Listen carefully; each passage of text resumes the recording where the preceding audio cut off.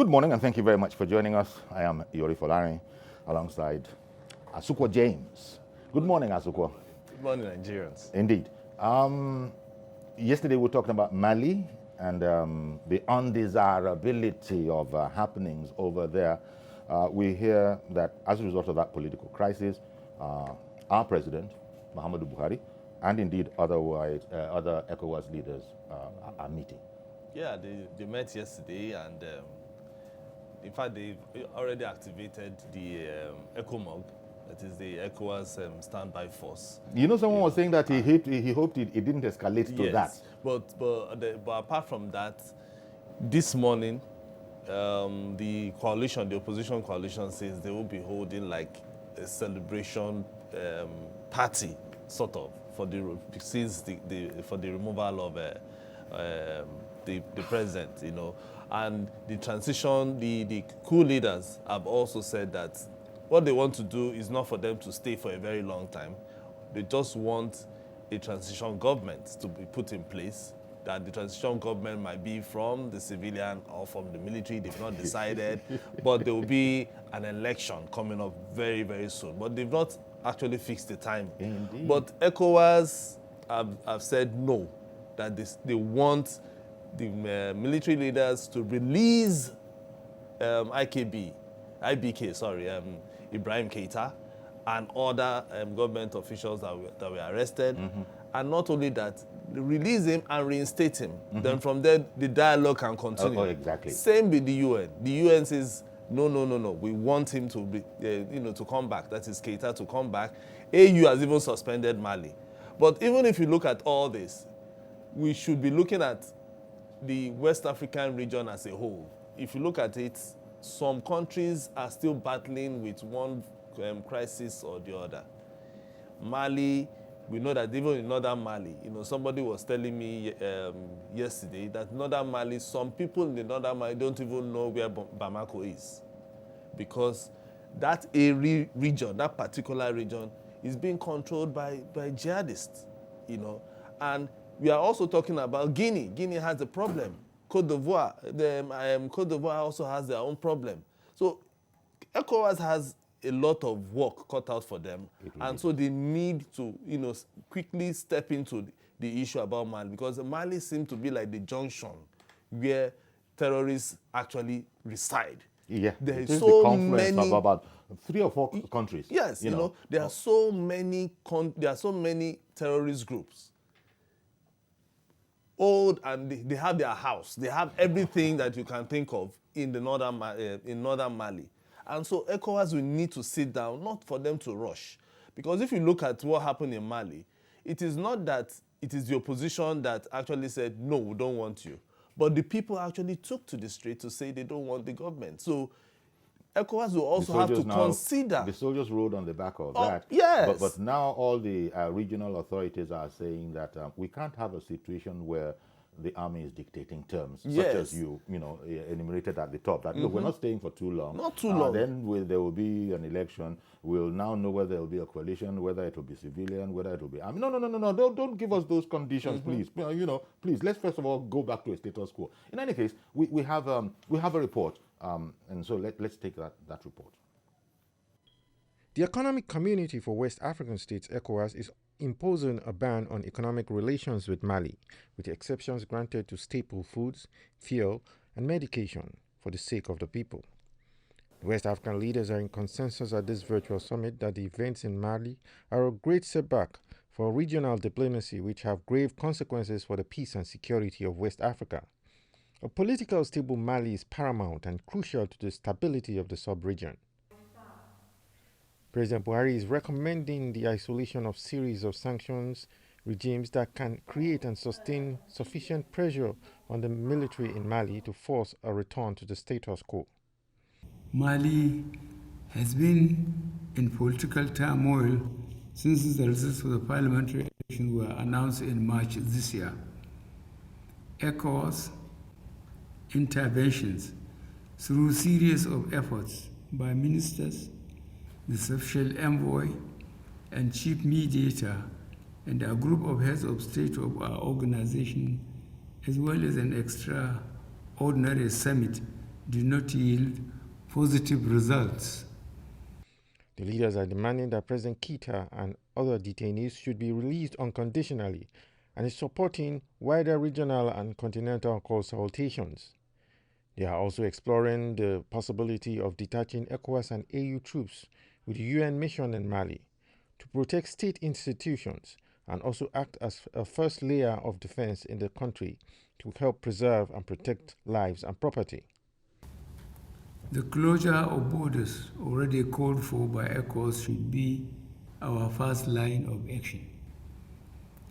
We need to isolate series of sanctions regimes that can create and sustain sufficient pressure on the military to force a return to constitutional governance.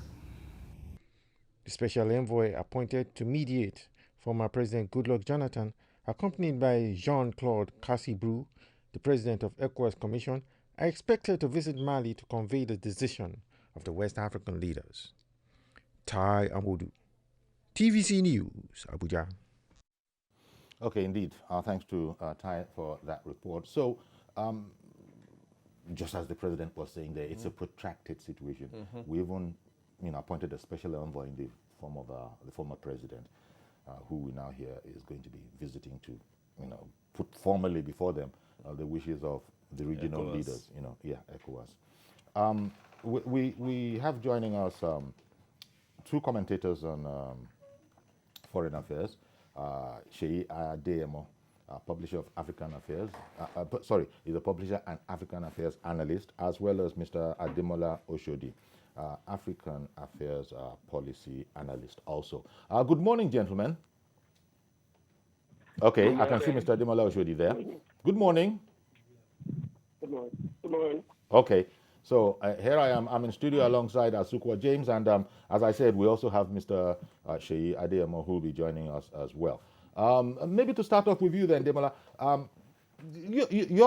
give me your, as it were, overview of, one, the happening, and two, where the region has sort of, having stated its position, how all of this is grabbing you.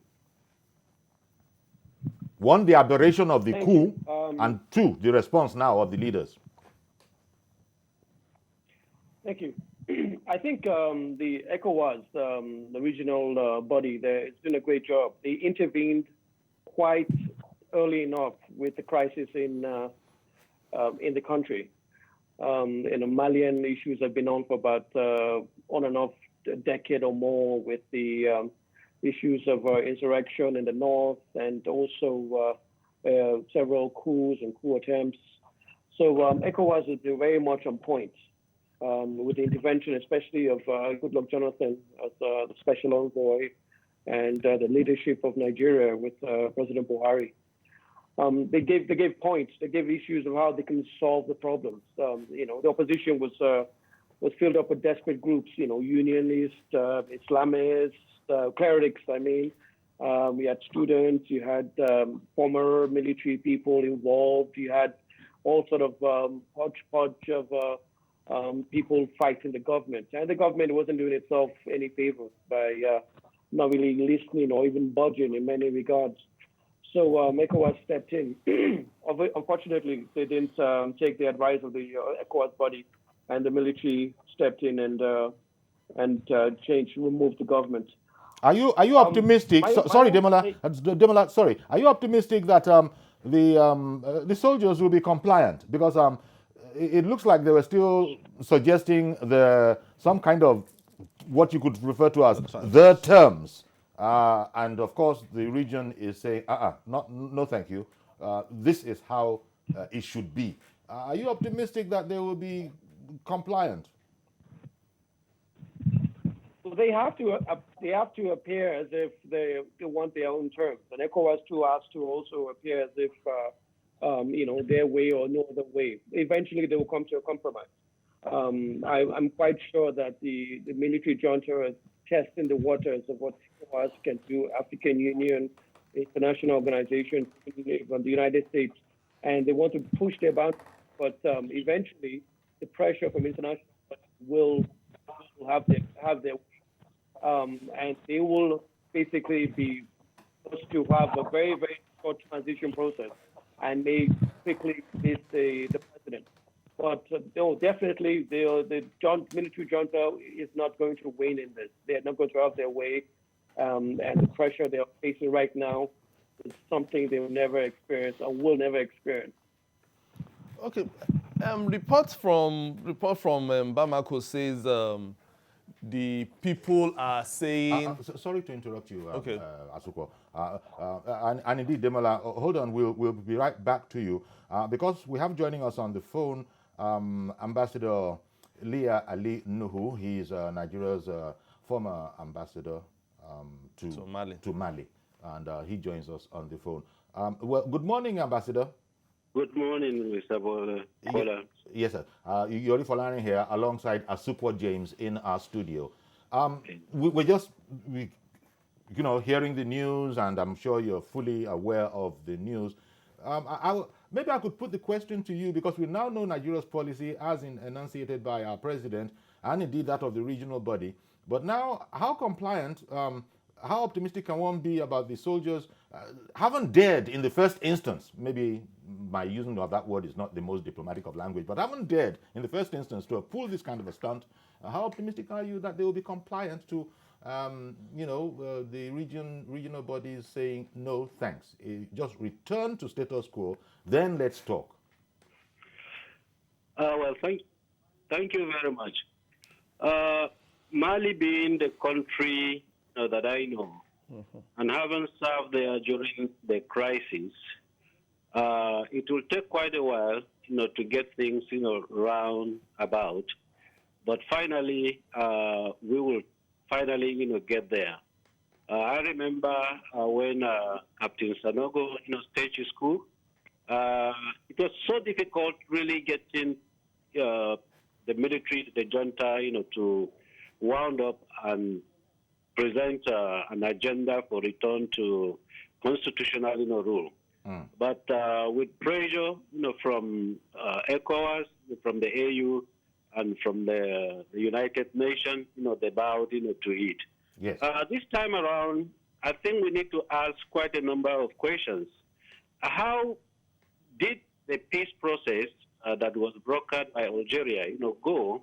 How is the implementation of that process, going?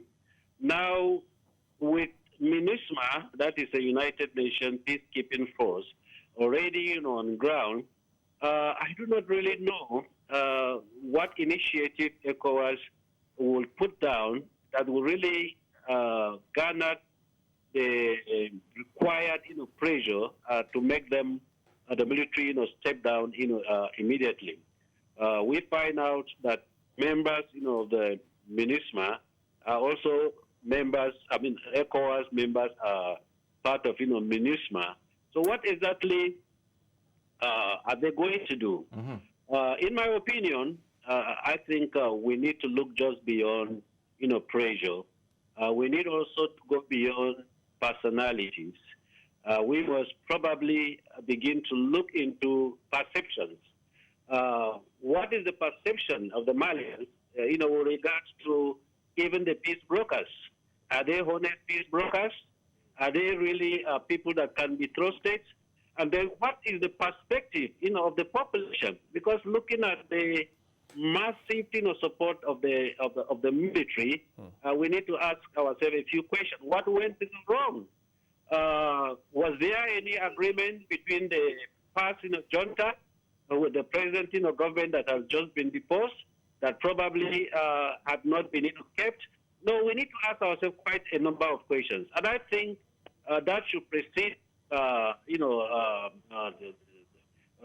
any delegation, that is going into Mali, to broker the peace. We need to look much deeper than just, putting a pressure, asking, for constitutional rule. Yes, the coup, is regrettable. We shouldn't be doing this kind of things, in Africa. Let's say, the West African coast, with all the myriads of problems that each country today is besaddling with. So I think, yes, we will get there, but it will take quite a while. How about the people of Mali themselves? It would appear that the soldiers rode on, trying to, as it were, affect the will of the Malian people because they had been protracted protests for the leadership to vacate, Yes. which they weren't going to do. Now they have come in. I don't know if the perception of I'm listening.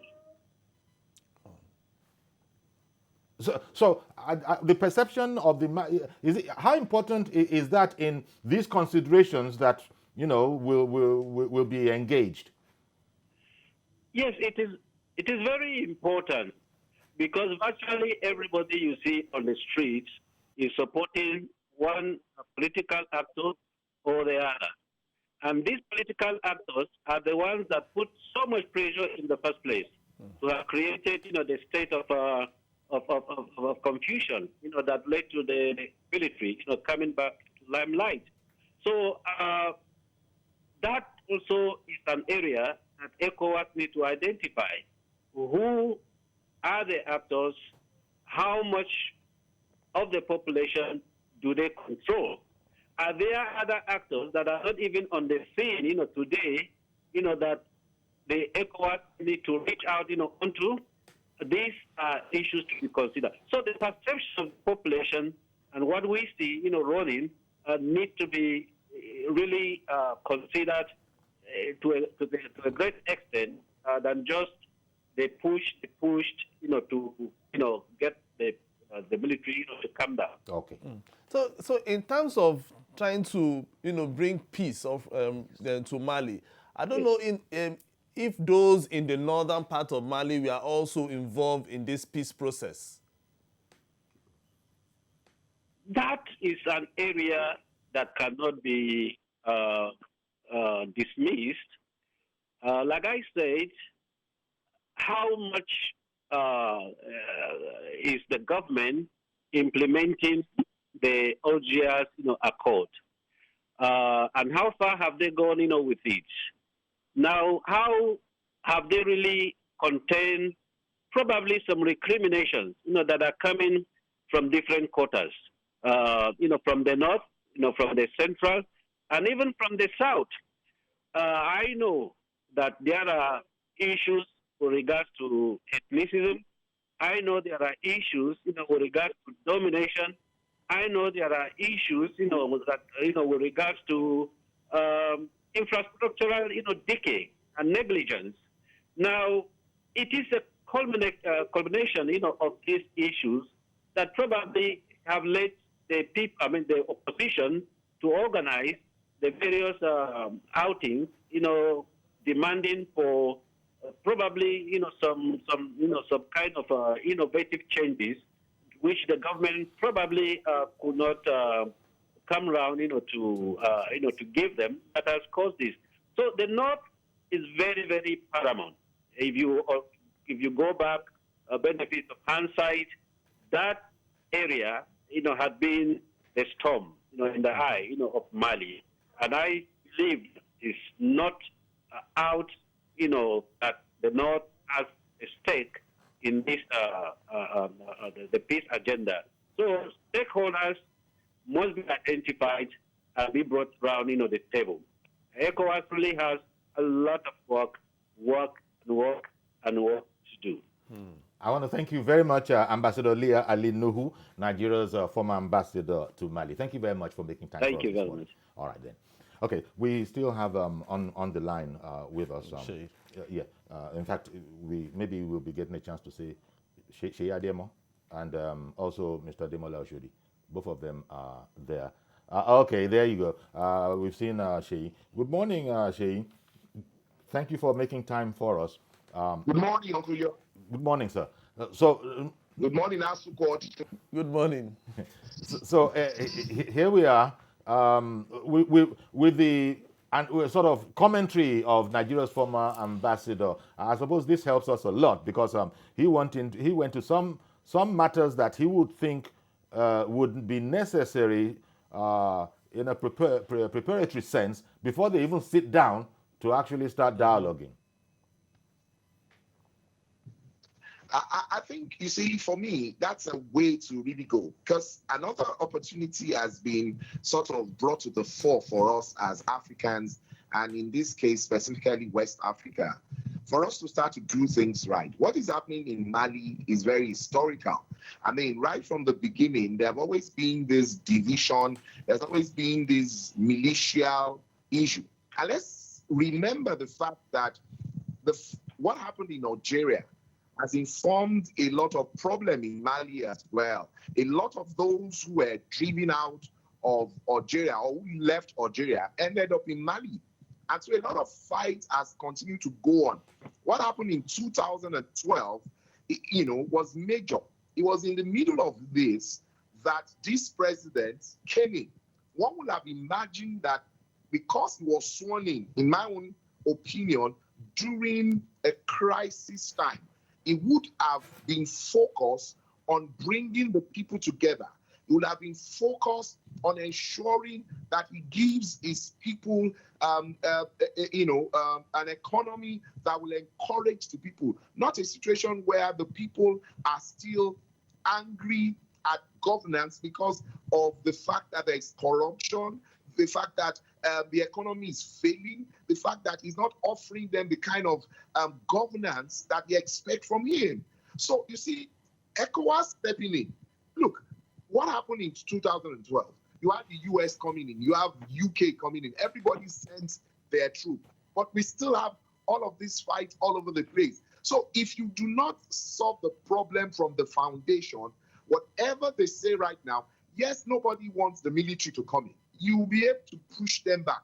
But what you will do is push them back and they will come back again. Because the truth of the matter is we're not solving the problem fundamentally. We must make sure that we start to have governance that is fair to the people, that can bring actual governance to the people. If you don't have that, imagine he was ruling in the south, west, and all that, but in the north was predominantly held by the Tuaregs, by those Fulanis like we have here, who are continuing to hold on to power in that part of the country. So my take is, I pray that ECOWAS will understand that it's not enough to just negotiate and push back military. It is enough to make sure that you start to talk to these people so that they can start, seeing proper governance going on in the country.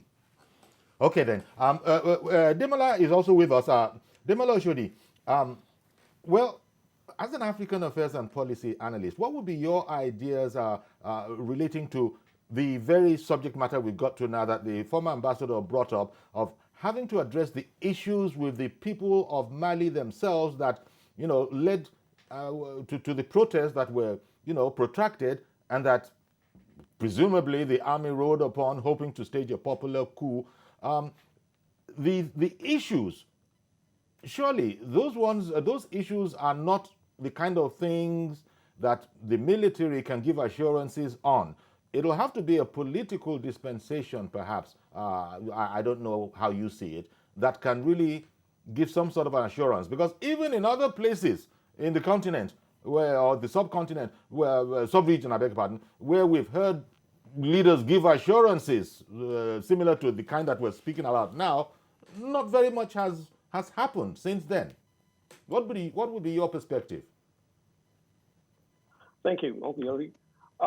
I don't basically believe the Malians can solve their problems by themselves.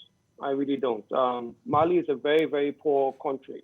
The north of Mali, we have as Mr. Adiyemo said, we have the Tuaregs been rebelling for a long period of time. It's almost a racist rebellion. They don't want black people to rule over them. And that's so they're more Arab looking than anything else. Secondly, we have the Islamists, we have the insurrection in the Sahel region of West Africa, right from Mauritania, Mali. They're even encroaching on Niger. They're parts of Nigeria too, with Boko Haram, Chad. So it's a regional problem that Mali itself cannot solve by themselves. They need the French over 2,000 troops in northern Mali trying to stabilize the region. and they need a lot of international cooperation, ECOWAS, ECOMOG. They need the American intelligence. The institutions there are very weak. They need to build those institutions. They don't have the money to, to feed people. They don't have the money to even have issues resolved around their citizenship. So they need a lot of international attention and need a lot of international care. But apart from that, they need to realize that the revolutionary change, that what is trying to happen in Mali with the coups and the constant change in government and the threat of change in government will not be accepted, and it will not solve their problems. Change has to be incremental. They have to realize that you cannot remove a government overnight and think all your problems will be solved. Yes, corruption exists. It exists everywhere. We have issues of tribalism everywhere in Africa. There's things like that. But you build it slowly. You build institutions. You let change happen. Let people see changes. You make some compromises. I don't know if maybe the Tuaregs should be allowed to have some sort of self-governance or a little bit of freedom, so they can feel safe. Okay, they're in charge of their own affairs. Incremental change is slow, it's painful, it may not even be seen, but it's better than an ambitious failure. All these coups will only just bring more coups. So, Demola, from what you have said, Demola, from what you have said, why do you think ECOWAS had to wait this long for them to now intervene fully into the issues of Mali? Because if you look at it, it's like they just waited for these protests to go on and on and on before they actually, stepped in. Oh, 1 second, please. Just before you answer, Demola, a caller has, joined us, and let's put that Mazi Okorafor. Good morning, sir. Good morning, Sir Yori. Okay. Good morning, Mr. Fuko. Good morning. Mr. Yori, there are 4 cardinal points we have to look into this issue of Mali. 1, tribal sentiment plays a role there. 2, maladministration. 3, corruption. 4, massive wanton arrest of opposition parties. Now, all these 4 categories are the 4 points are what is happening in Mali. Now, you ask yourself, when those Colonel just came up, what happened with them? The general joined him. Now, they've got what they call massive support from the people. Now, what the people are saying now is this, that military should go and install a full government. That is to say, that you saw what happened yesterday. All those people that were arrested by the former President Kaita, what happened? They were all released yesterday, and they will show the joy within them, showed you that they have been suffering there, which means what the soldiers did, they said all the people arrested based on political parties or issue with the opposition parties, all of them should be arrested, should be set free, which the government did free. Now the question now is this: ECOWAS or Africa, coming, yes, it's a fact. But the thing is this: they have to settle what they have in their own country before coming back, because look at what is happening in Guinea. Guinea has similar problems. Look at what is happening in the DRC Congo. Similar issues. Now, what do we do? Is it sit tight in the office that is what is going on in Africa? No, when you serve your first turn, you leave the office. Allow the opposition. You didn't win the election. Why did you truncate the political arena? Which is a problem in that Mali. Okay. So the area the ECOWAS African Union face reality, the better for even ask yourself. Mazi, why didn't they step in there? Mazi, I want to thank you. I want to thank you very much. Thank you very, very much for calling in. But I had interrupted Asuko's question to, I think it was Demola you were addressing at the time. So you could probably pick it up from you. Yes. Did you want to summarize the question again to refresh Demola's memory? Did you get my question?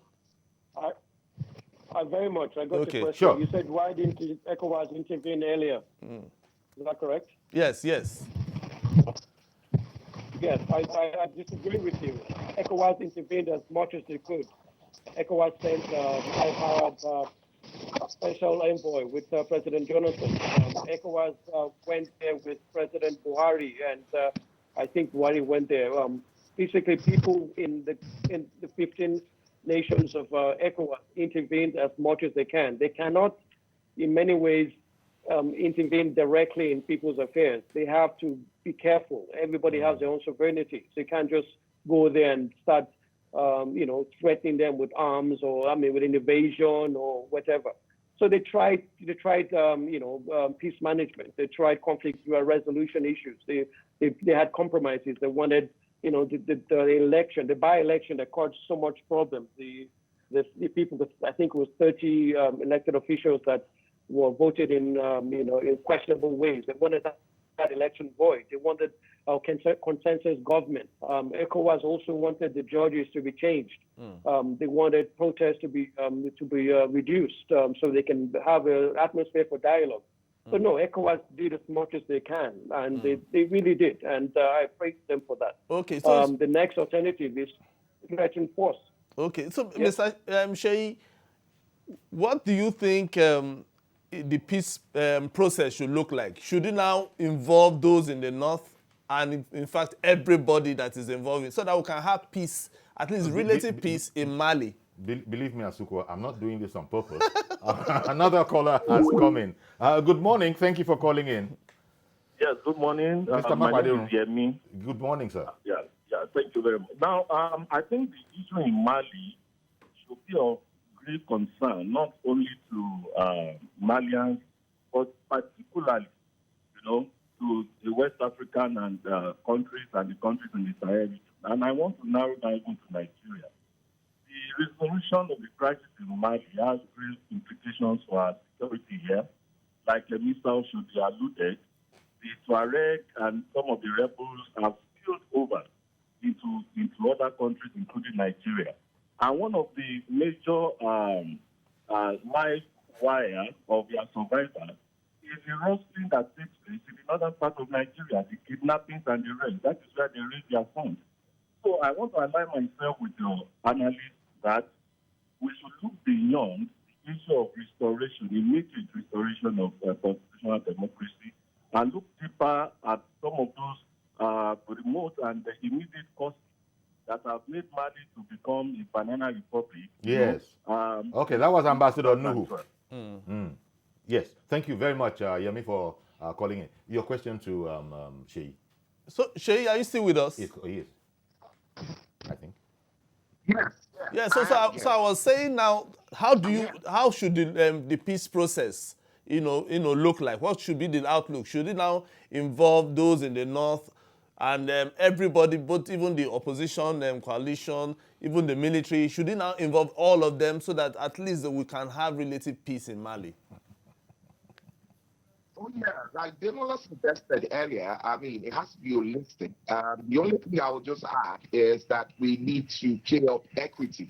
Because usually the reason why there are breakdowns of discussion or agreement is the fact that when a party suspects that what is being done is not equitable, we've had all sorts of discussions all over the place by countries and organizations like ECOWAS and AU.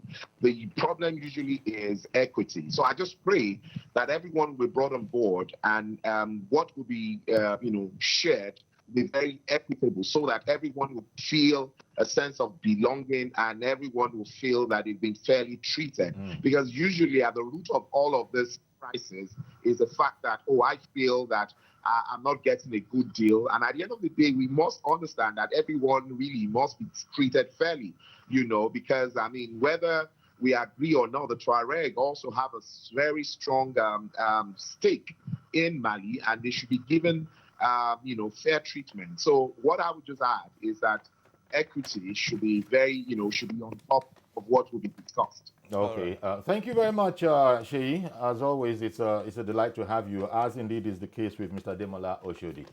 Thank you both gentlemen for making time to come and speak with us. And also, thanks to Ambassador Nuhu, that is Ambassador Leah Ali Nuhu, Nigeria's former ambassador to Mali, indeed, for his analysis as well.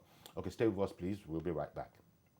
Okay, welcome back, and we're returning to health issues. It's never gone away, actually. I've been looking at COVID-19 and how we've been addressing it. Of course, first of all, we're opening up. We've had that conversation about whether indeed we should open up the international skies to it. We've had some conversation along that line. But then the news also hit, just as we are, as Nigeria sort of, how does one put it, easing, some of those restrictions. Now we hear that 7 students actually tested positive in Gombe State. And one even in Kwara. In Kwara, and also 8 staff test positive in the OOU, Olabisi Onabanjo University Teaching Hospital in Ogun State. So, well, these things happen. I suppose, generally speaking, it is reported that there seems to be a lowering of the numbers in Africa generally. And so in the midst of all of that, to hear this one, it sort of is something of a hiccup. We have with us Dr. Our regular Dr. Japhet Olubogi, Chairman Committee on COVID-19 for Nigeria Medical Association, the Lagos branch, and we also have Dr. Madili Boyo, who is a public health expert. Both of them can join us by remotely. Do we have both gentlemen yet? So we will have those gentlemen. But this, well, first of all, if you take the issue of the Olabisi Onabanjo University, reading up about it, it looks like the authorities were not very happy about what they considered as some mischief makers making a mountain out of a molehill, that kind of a situation for their own, mischievous purposes. I don't know. But there is an important aspect of the whole thing, which is, I think the point was made in the case of Olabisi Onabanjo University place, that these people who were affected were actually asymptomatic. And because of this, there was they didn't know. And it was when when somebody else came down with, the virus, that they now sent people out they sent tests. And that's when they discovered that there were quite a number of asymptomatic people. In fact, one asymptomatic father had managed to infect his wife and 3 children, so the story goes. So I was even going to, as soon as we get our experts, begin to ask about the danger, if that is or the challenge of asymptomatic cases in our midst. They, as we know, don't display any symptoms whatsoever, but they still are quote unquote live, in meaning that they can actually transmit, but they don't know. So what can one do apart from test as much as you can? And we are hearing that testing is not one of our strong points in Africa here. Yes, but even yesterday, the Boss Mustafa, the secretary to the government of Federation, was saying that... And head of the presidential task force. Yes, he was saying that now Nigeria, we even have more labs, from 2 that we have 32 now, and we have the capacity of even testing as close to 15,000 per day, but presently we are doing between 3,000 to 6,000. And but he was more concerned about a particular age group, which is the younger generation, because those are the ones that, like you said, so many young people are asymptomatic, which they don't know. And I think this is what happened in Gombe, because it was when they said, okay, you are going to the exam hall, let's just do the test, random test. They carried out random tests for about 1,000. Out of those 300 that they carried out, 8 were already infected. So if you look at it, were asymptomatic. Yeah, already. So if you look at that number, it means that by the time the other results will start, out of 308, by the time the result will start coming out, we don't know how many. And this is worrisome, because if you look at going out, even in Lagos, so many people don't want to wear a mask anymore. Social distancing is not even near, or nobody wants to talk about social distancing. You just believe that the thing has is not even existing anymore. You think it has left, because people have sort of relaxed. A lot. Because churches have opened, mosques have opened, bars are even open. Some bars are open. But all of these have conditions that were laid down to follow before they could reopen. Maybe unless you are suggesting that no, I'm not saying they shouldn't open. That people are not even complying well enough. Yes, exactly. That could be because case. Even when you tell people, oh, you have to wear face mask, they say, oh no, because the latest information we got online is that your lungs will be large. That is why I can't wear the face mask. You know, They bring all sort of, ideas or notion for them not to wear masks. And it's simple. If you are in an enclosed environment and you want to talk to somebody, you can wear the mask for you to protect yourself and protect the other person. If you are outside, you don't really need to wear the mask because studies have not shown us that it is airborne. It was when the WHO, because now people are now saying, well, I they say they are studying it. Yes, they say they are studying that particular those are some of theory. the arguments. People will say WHO is confused. They are not, because they are also they are not sleeping. They are carrying out several research to see how they can deal with this virus. So people should not think that it is done and well. No. But when you look at the infection, when you look at the disease, in Africa, South Africa is by far the leader in terms of the numbers. Yes, in Africa. Yeah, in Why? Africa. Because they are carrying out more tests. Yeah, well, there you go. Because South Africa has over half a million cases. When you compare that, with other countries in Africa, and you see that, as I said, they far outstrip. But you've also you said straight away that they are able to test. But for all of that, the testing in Africa generally is said to be in the region of 1%. One. When you not average it out. Uncle Yori, in the last 24 hours, Nigeria, we were able to carry out just 2,000. So that's a problem there. So, and that was what I was saying, that fine, if we now have... And South Africa is able to test 1 million, I believe. Yes, so if we have the capacity to test more, we should, just like we are going for election, we should now force people to go out, line up and test.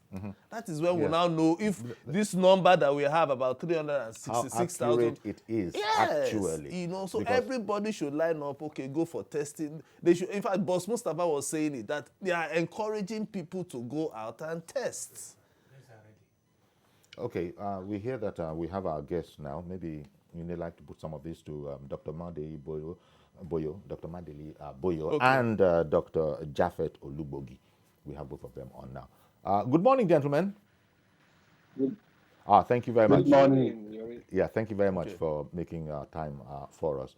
So to start as it were, with the NMA Lagos branch, with Dr. Olubogi. Well, I know what we're talking about, where there's been these infections, they're out of your reach, no doubt the enemy there, but I was going to ask for your professional opinion on the sort of the subject that was extracted from it, which is this case of asymptomatic, is that the right way to say it? Asymptomatic cases, where it's like almost accidentally that people are finding out that, somebody has the virus, but is asymptomatic and has been a danger to those around him all the while. What your thoughts are? What ideas do you have? Because our testing rate is said to be very, very low. It would seem that the only way to solve the problem is test as widely as possible. Dr. Olubogi.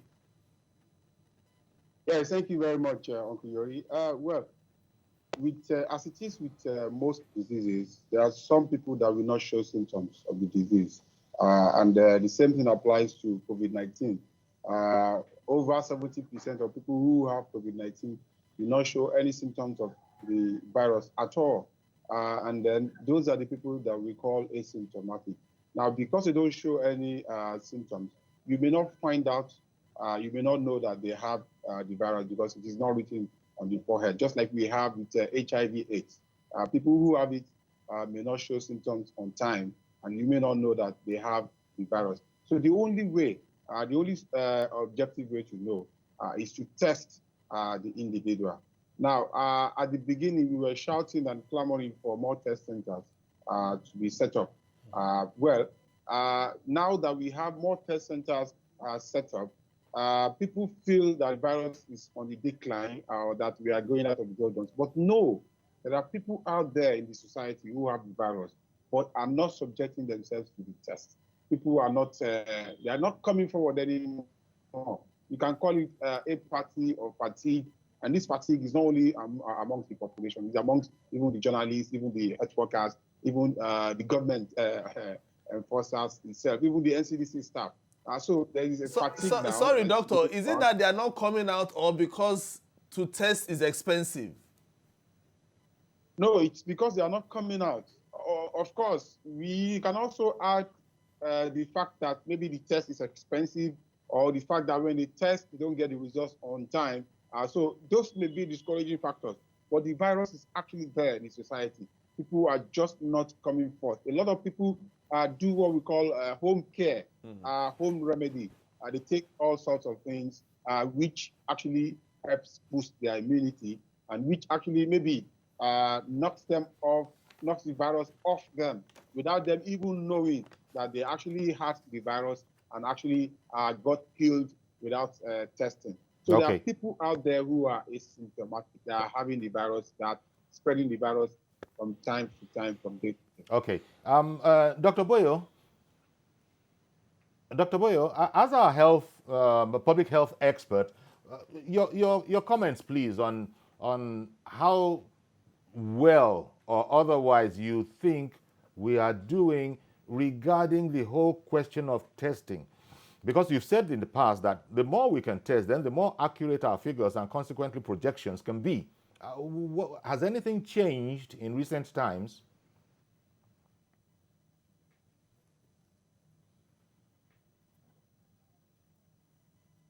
Dr. Boyo? Okay. But we have Dr. Olugbodi with us. Gogi with us. Sorry about that.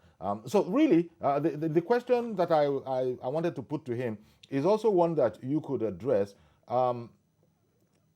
If we don't have, I mean, it's in the nature of statistics.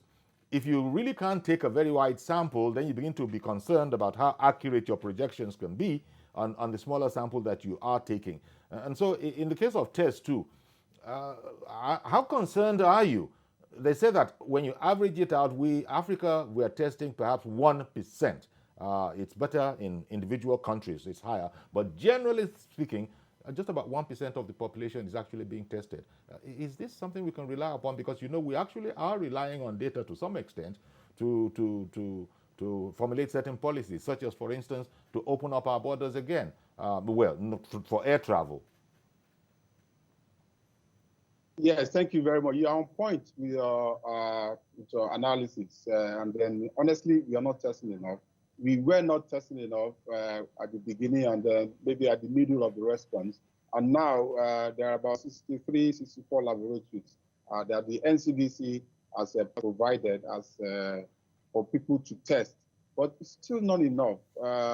For instance, when we wanted to open the church and religious houses and all that, what we should have done was that everyone that wanted to go to church, that wanted to go to mosque, should get tested before they go to those places. When we want to have a large gathering, everyone should get tested, like they do in the UK. All those Premiership players, we notice they all get tested. The coaches, the officiating staff, the officials, everyone, they get tested before so they feel they are free for that particular moment that they get tested. So when we want to have a large gathering, what we should do is actually get tested, test everyone, and then they get the result. Everyone is sure that they are negative for the virus. But what we have is just some kind of random selection with testing, and it's not adequate enough for us to base our assumptions and our decisions on. It is not adequate enough. We have not tested enough. For instance, we have tested about 350-something thousand, and we noticed that at least one person in 7 is positive. If we test more, for instance, in Lagos, we tested over 80,000 people, and then about 16,000, 15,000, 16,000 are positive. So that is at least 1 in 6 persons, which is being positive. So when you see people out there and you feel they don't have the virus, at least you can base your assumption on that at least 1. Well, I want to thank you very much, Dr. Olugbogi. Thank you very much. And indeed, our thanks to Dr. Amadili Boyo as well, even though we couldn't connect with him, but we did see him, so something then went wrong after that. And that brings us to the end of the program, actually. Well, the information is what it is. People, I'm sure, will use it to the best of their ability, and just do the best to really keep safe as we keep on saying. I just hope the government will also, now that the students are going to school, government should make sure that they fumigate all the classrooms before and after. Indeed. So that they can protect these children. And just like the doctors are saying, test these children so that those who are infected or are asymptomatic do not infect other people. Indeed, very well said. So that's our program. Please join us on Monday for the next edition. It really is Monday today. Asuku and I say, please stay safe and have a great weekend.